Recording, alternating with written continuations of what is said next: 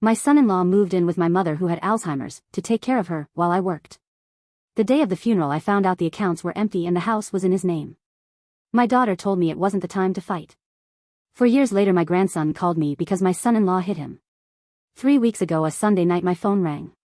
It was 9:10. The screen said Isadora. My daughter hadn't spoken to me in 4 years. I picked up thinking it was a wrong number. The voice on the other end was a child's. It said, "Grandma, it's Tomás. Tomás is my 12-year-old grandson." I didn't quite recognize the voice because the last time I had seen him he was 8. I said, "Tomás, sweetie, what's going on? If you're already hooked, and we both know you are, a like and subscribe helps us keep digging through Reddit so you don't have to. We're all here for the same dopamine." Okay, back to the story. Tomás said, in a very low voice, almost whispering, "Grandma, my dad hit me on the back today with the belt. Mom doesn't believe me. I'm on her phone. I took it when she went into the shower. Grandma, can you come for me?" I said, "Tomás, where are you?" Tomás said, "At the house in Toluca, Grandma, at the address you know." I said, "Tomás, I'm coming right now, don't turn off the phone, hide it if you can, I'm coming." I called my brother Beto from the car while driving. I said, "Beto, we're going for Tomás, I'll explain on the way." Beto said, "Esther, I'll pick you up in 5 minutes. Let me back up. My name is Esther Resendez. I'm 56. I'm Regional Operations Director at a textile company with plants in the state of Mexico and Querétaro. I've been at this company 29 years, started as a junior at 27 and worked my way up. I live alone in a house I bought 2 years ago in a quiet neighborhood on the north side of Toluca, after selling the house where we raised my daughter with my husband Roberto, who died of pancreatic cancer 8 years ago. I have a younger brother Beto, 53, owner of a big stationery store downtown Toluca, married to my sister-in-law Lourdes, 2 nieces of mine. Beto and I took care of my mother Pilar when she got sick. My mother Pilar died 4 years ago at 82. My daughter Isadora is 37. She married Bernardo Ruiz 9 years ago. Bernardo was a lawyer, an associate at a 3-partner firm in Toluca. Tomás, my only grandson, was born a year after the marriage. When my husband Roberto died, Isadora was pregnant with Tomás. Roberto knew. Roberto told Bernardo in his last week, "Take care of my 2 women." Bernardo said, "Don Roberto, you can count on me." My mother Pilar started forgetting things at 78. They diagnosed her with Alzheimer's in 6 months. I was working 60 hours a week running 2 plants. Beto worked at the stationery store from 6 to 9. Bernardo, my son-in-law, had just left the firm where he was an associate because he had fought with the senior partner. Bernardo was doing small office cases from home. Bernardo told me, at a Christmas dinner, "Mother-in-law, I offered to move in with Dona Pilar to take care of her. I work from home, I can be with her 24 hours. Isadora stays at our apartment with Tomás, that way Tomás isn't scared. I come and go on weekends." My daughter Isadora told Bernardo, "Love, are you sure?" Bernardo said, "Isa, it's the only way for your mother not to put her in a nursing home." I told Bernardo, "Bernardo, thank you." Bernardo moved into my mother Pilar's house 2 weeks later. I'm going to tell a dozen things, because if I don't, this sounds exaggerated. The first was at 1 month. Bernardo told me, "Mother-in-law, your mom needs a certified live-in nurse. It's $18,000 a month. Can you give me signing authority to take it from Dona Pilar's account?" I said, "Bernardo, yes." I signed the limited power of attorney for my mom's account. Bernardo said, "I'll give you a monthly report." The second was at the 3rd month. Beto told me, "Sister, I went to see Mom on Saturday. I didn't see a nurse." Bernardo told me the nurse arrived late. I asked Bernardo casually, "How's the money going?" and Bernardo changed the subject. I told Beto, "I'll go on Sunday for lunch with them." I went on Sunday. Mom was okay. The nurse wasn't there. Bernardo said, "Mother-in-law, the nurse has the day off today, I cover Sundays." I said, "Bernardo, let me see the monthly account report." Bernardo said, "Mother-in-law, I have it at the office, I'll send it to you tomorrow."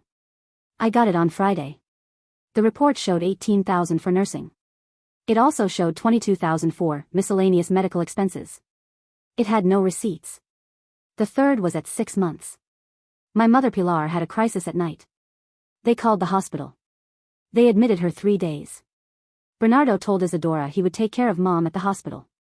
I offered. Bernardo said, "Mother-in-law, rest, you work a lot. I'll stay." When they discharged Mom 3 days later, Bernardo presented the bill.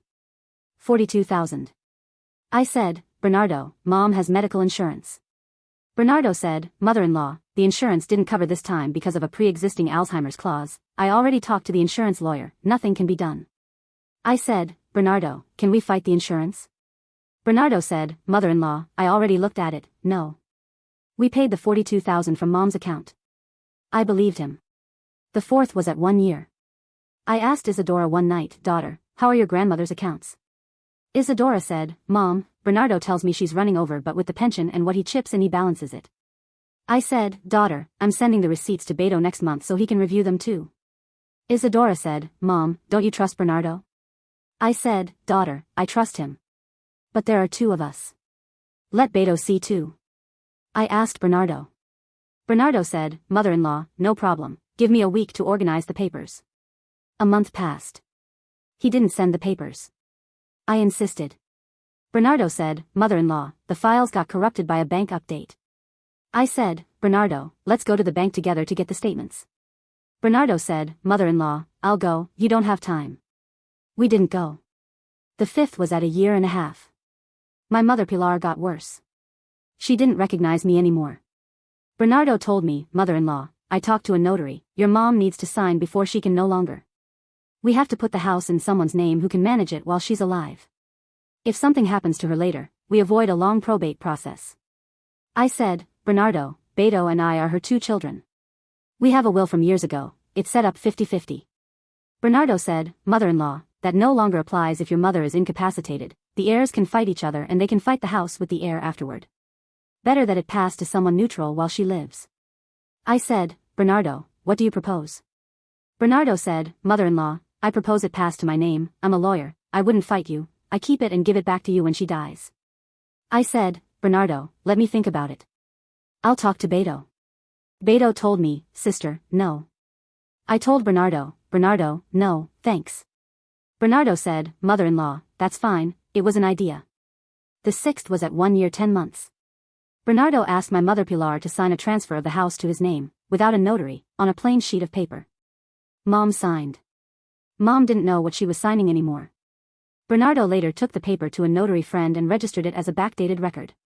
I didn't find out. Beto didn't find out. The 7th was 2 months before Mom's death. Bernardo asked me for another power of attorney, this time to pay urgent medical bills. I signed. Bernardo took out 74,000 pesos in 4 months from Mom's account between November and February. Those months the live-in nurse wasn't there, as I learned later, because Bernardo had told the nurse he was going to hire another one. The other one never came. My mother Pilar spent those 4 months cared for only by Bernardo, poorly fed, without diaper changes on time. I learned at the wake, from a neighbor who used to come help. The 8th was my mother Pilar dying.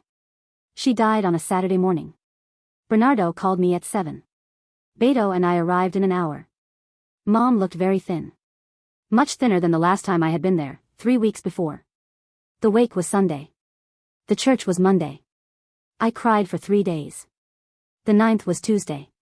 Beto and I went to Mom's house to start doing the inventory. Bernardo opened the door. Bernardo told us, Mother-in-law, brother-in-law, before you come in I want to tell you something. The house has been in my name for 2 years. Dona Pilar signed a transfer document. We did it for testamentary reasons. Now we're going to sell the house, Isadora and I, to cover pending medical expenses. Beto stood there. I said, Bernardo, what are you talking about? Bernardo said, Mother-in-law, the house. It's in my name. I have the paper. Beto told me, Sister, let's go to the bank. We went to the bank that afternoon. Mom's account had 600 pesos. It had 1,800,000 when the illness started. Beto told me, Esther, this guy stole from us. I said, Beto, let me talk to Isadora. I called Isadora that night. I told her about the house. Isadora said, Mom, this is not the time to fight, my grandma just died, let's both stay calm. When we're more at peace we'll talk about it. I said, Daughter, did you know? Isadora went quiet for 5 seconds. She said, Mom, I'm not a lawyer, Bernardo handles the papers. I said, Daughter, yes or no? Isadora said, Mom, leave me alone today, please. I said, Daughter, we'll talk another day. I hung up. The 10th was a week later. I called a lawyer I know through the company, a good attorney from Toluca, José María. I gave him the case. José María told me, Señora Esther, recovering the house will take 2 years, would cost $200,000 in fees and filing, and there's a 70% chance of winning. Recovering the money from the account is harder because your signature authorized withdrawals. I'd have to prove fraud, that takes longer. 3 years. 3% probability. I said to José María, counselor, talk to me honestly. What would you do? José María said, Señora, if I were you, I'd fight what I can recover and walk away from the rest. But you have a granddaughter, a grandson, right? I said, yes, Tomás. José María said, Señora Esther, your grandson is going to live with that couple for many years. If you sue them today, your son-in-law is going to put up barriers so you can't see him. It's a personal decision. I asked Beto. Beto said, Sister, we lost the house and the money. If you fight, you lose Tomás. Tomás is at the age where he already realizes things. This will come out on its own. Trust the time. I listened to Beto. The 11th was the decision to cut off Isadora. I told my daughter 2 months after Mom's death, Daughter, until you acknowledge what happened with the house and the account and help me recover what we can, I don't want to see you. I'll see Tomás when you drop him at my house. But not you and not Bernardo. Isadora said, Mom, you're being dramatic. I said, Daughter, no longer. Bernardo stopped inviting me to Tomás's birthdays a year later. Isadora accepted it. I saw Tomás twice more in 4 years, both at Beto's stationery store, without Bernardo knowing. The 12th is these 4 years. The textile company where I work promoted me to regional director a year after Mom's death. I bought the house where I live. I cared for Beto when they diagnosed him with diabetes. Beto kept the stationery store. I have dinner with him on Wednesdays. Bernardo and Isadora sold Mom's house 3 years ago for $4 million. They bought a bigger house with that in another neighborhood of Toluca. Mom's house, where I was born, today is a dental office. I drove past it once and didn't go in. 3 weeks ago Tomás called me. Beto and I arrived at Bernardo's house in 40 minutes.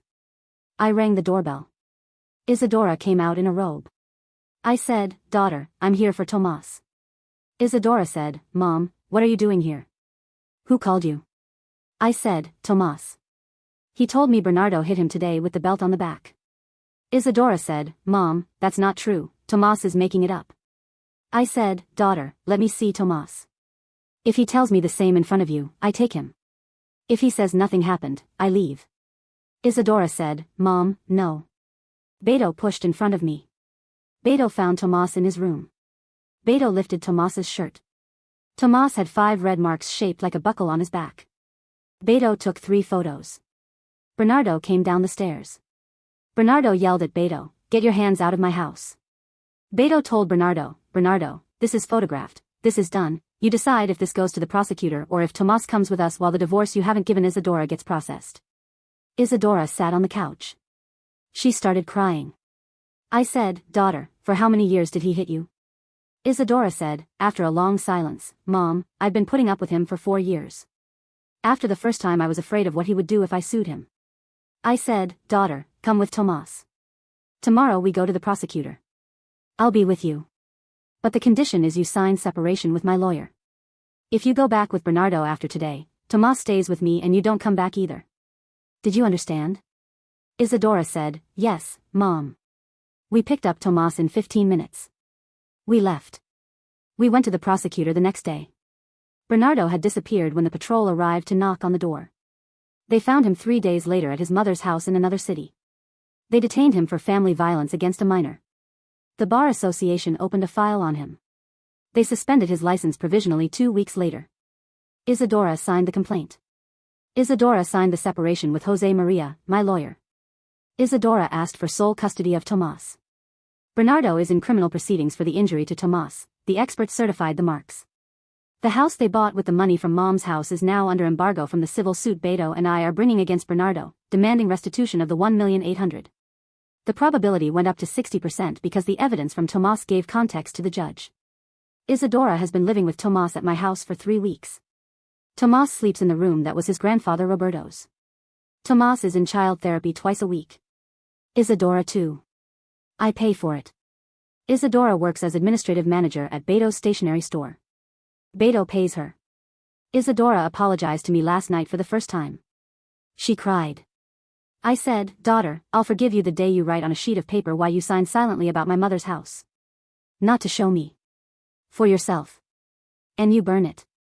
But you have to write it. Isadora said, Mom, I'll write it. Bernardo is being released from the prosecutor's office Friday under proceedings, without preventive detention but with a restraining order against Tomás and Isadora. The Bar Association started a permanent disbarment process against him. Bernardo lost his license in 4 months. The embargoed house goes to auction. Bernardo's mother sent Isadora 2 messages asking if they could keep Tomás for weekends. Isadora replied, Señora, while Bernardo is still being prosecuted, no. The Señora replied, Daughter, the lawyers are your husband and my son. You don't understand. Isadora showed me the message. She said, Mom, what do I reply? I said, Daughter, nothing.